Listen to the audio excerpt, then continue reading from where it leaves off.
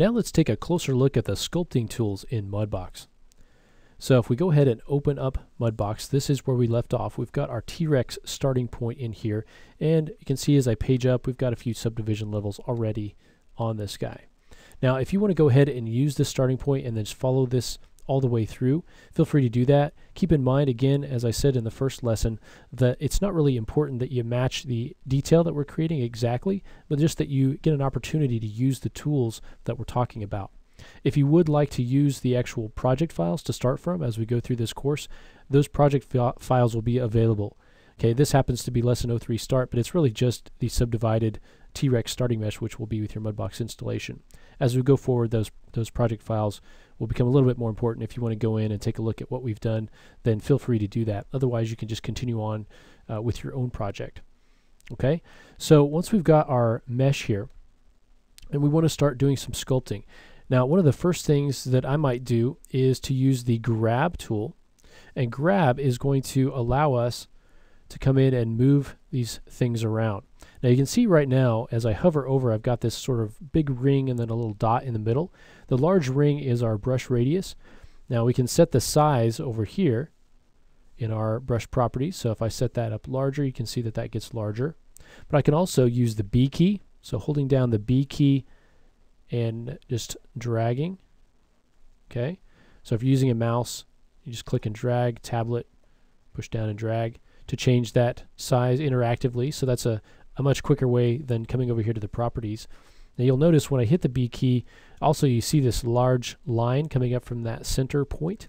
That's going to be our strength. So we can change the strength, and you can see how that goes down, but we can also hit the M key, okay, and that will allow us to change this strength. So going back between B and M, we can real quickly get the right brush size and strength that we want. Now if we want to affect the model on both sides, in this case of the x-axis, we can turn on mirroring. Right now it's off, so anything that I do over here on this side is only going to happen on this side. But if I turn this on, and you can see that as I go through these, you get a preview of the different planes that are going to be used. If I hit X, for instance, and start to come in and maybe pull this hip out a little bit, that's going to actually happen on the other side as well. Maybe we can see it a little bit better up here. So anything that we sculpt in here is going to be symmetrical. Okay. Now for the grab, there's not much else that we can think about here, as far as what we're doing right now. What I want to do is come in and do some shaping, and a lot of times this is the best thing to do at the lowest level here. If there's any sort of large scale changes into the shape that you want to make, you can do it at this level. We don't need to go up any further. So I can get kind of a larger brush size. We can come in and maybe we want to thin our T-Rex up a little bit. So we'll pull his belly up slightly. Maybe pull his rib cage out a little. And so you can see that as I'm clicking and dragging, I'm actually just kind of soft selecting that area and then just pulling it out. Okay, so I'm just grabbing that, and you can see I'm just sort of pulling that out as I drag back and forth. So the grab tool is a great option for just doing some overall shaping before we actually get into sculpting the details. So if there's anything you want to modify, you can do that. Now you can also go ahead and let's page up to the next level. You can still use grab at higher levels. Just keep in mind that as the higher levels you go, the sharper and the sort of the bumpier that's going to get when you start to grab areas and push them in or pull them out. You're going to tend to get a little bit more bumpiness in there. So just keep that in mind. All right, so let's now, once we've used grab on sort of the lower levels, we can go up to some of the higher levels and we can just use sculpt. Now the properties change here for sculpt, and so you can see that I still have the size and strength, and it doesn't change here. Still have size and strength, so I can dial the brush size down, and then this will allow me to come in and actually start to pull this out along a particular stroke. So you can see as I stroke around this area that pulls it out. If I hit Control while I stroke, it will invert that. So now you can see I'm actually pushing the geometry in. So this will allow me to real quickly just go back and forth between pulling out, pushing in, and then Shift will allow me to go back over that and smooth it out. Okay. Now you can see how this is sort of jagged. So let's go ahead and subdivide one more time. And now what we sculpt should be a little bit smoother. And we can again hit Shift to smooth that out, Control to push in. So we can start to add a little bit of that eye socket in there, smooth it out. I'm going to push that in and pull it out. Okay. And so the invert function, if we hit that, then the default would be to push in, and then holding down Control would pull out. Okay. Now the fall offs will help us define what those strokes will actually look like. So if we hit a fall off like this, you can see that we get a very, let me go ahead and turn that off. We get a very sort of sharp stroke, which may be what we want for some of these areas up here. So if we look at this stroke, you can see it's kind of sharp on the top. If we do something more like this, that creates a little bit more of a softer line there. So we can come in and start to define these areas. Now you can see as I start to create these long lines that sometimes it's hard to keep them completely straight. They get a little bit jagged. So we can come down here under steady stroke, and this will allow us to sort of average out that line so we get a nice smooth line. Now you can see how that is sticking out quite a bit. We'll go ahead and dial our strength down. Come in and draw this across. Okay? And you can hold down Control if you want to kind of push an area in. Let it go, kind of pull it out, and then we can come back in here, smooth some of that out. Okay? Now the stamp spacing refers to the stamp, so if we want to use a stamp, we can. We'll do that in just a second. First we'll come in and let's actually turn off our steady stroke. And I just want to kind of just add a little bit of detail to the head here. And starting to define some of these larger areas, some of the larger areas of the kind of the skull. And so we can come in here and maybe this area needs to be pulled out and up.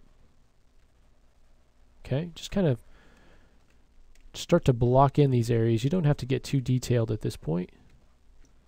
You can just start to block these in. Okay, we can come over here to something like the arms or the legs, and we can start to build up these muscles, or the muscle shapes if we want to have those in here.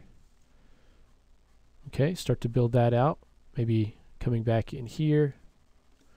We want to have sort of a definition of this shape going into the underbelly, so get that flap sculpted in, and maybe a little bit of skin comes up in here.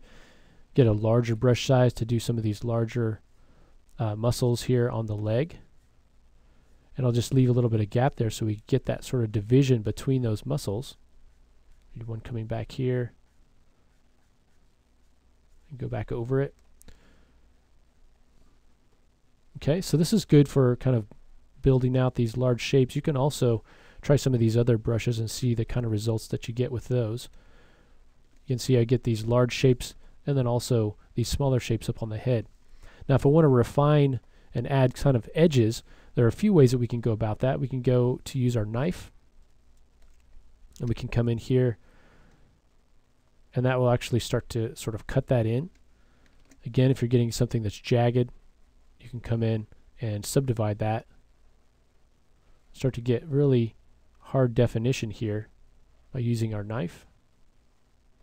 Again, you can just smooth that out, but you can dial down your strength, dial up your brush size if you want to get a little bit of a kind of a lighter, but still having that nice definition there with those.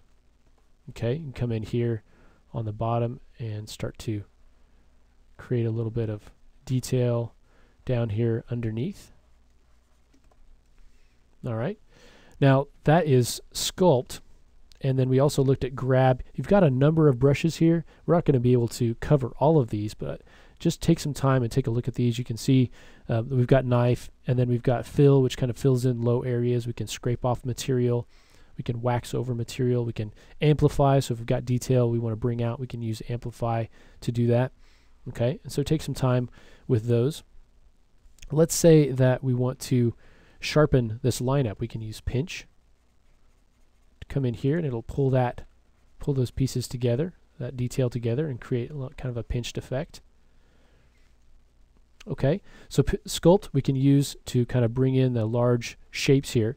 We can also use stamps and stencils to start to add some detail. So for instance, if we want to use a stamp, we could use it with Sculpt. You can see we have an area for stamp, but let's go ahead and try a different tool. We'll use spray. So right now it already has a stamp associated with it. Let's go ahead and just use something different. So we'll maybe just grab this first stamp. And if we just by default go in and drag this in, you can see that it's giving us a really nice surface pattern here. If I scale down the brush size, you can get something a little bit smaller.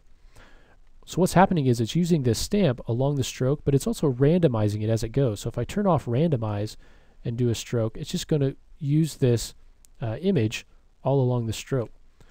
If I go ahead and turn up the stamp spacing, you'll be able to see this a little bit better. See, so there's one copy, one copy, one copy. So really taking down that stamp spacing kind of blends it all together. Using randomize, we'll randomize whatever values we have set here. So we can randomize the rotation, the position, so forth. And so this is a good way for just really quickly getting some detail in there. So we'll just kind of drop in some skin detail on our mesh. Okay, you can see how loose and real quickly we're going. You see we still got our mirroring on. Okay. Now we also have the ability to use a stencil. So whereas a stamp functions along these strokes, a stencil works a little bit differently. So with a stencil, we could come in here and for instance we could sort of get some of these bumps, and you can see how the stencil now shows up over this.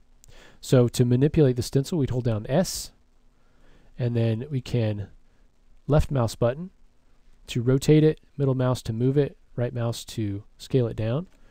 And so we can move in our model, we can place our stencil, and then in this case we'll use Sculpt, and we can just come in here and start to sculpt through this. Let me go ahead and subdivide our mesh a little bit more, and let me invert the function so we're actually pushing in. And so you can see that I'm just painting it through here. The stencil's staying put, and I'm just painting through the model. Okay, so this functionality by itself is great, but actually in Mudbox 2012 there's some additional functionality for stencils that's going to make it really, really useful. And so I'm going to go ahead and just add a little bit more detail to this, sculpt it out. And so at this point you can take this opportunity to do that as well. Go in and use some of these tools to add some of the detail that you want to add here. Feel free to use the stamps and stencils to add a little bit of surface detail. And then in the next lesson, we'll take a look at actually editing stencils. So rather than just using images as is, we can really do a lot of manipulation to our stencils, bring in images from the web, from the Mudbox community, images that we create to really make our model very custom for our own project. And so we'll go ahead and take a look at that in the next lesson.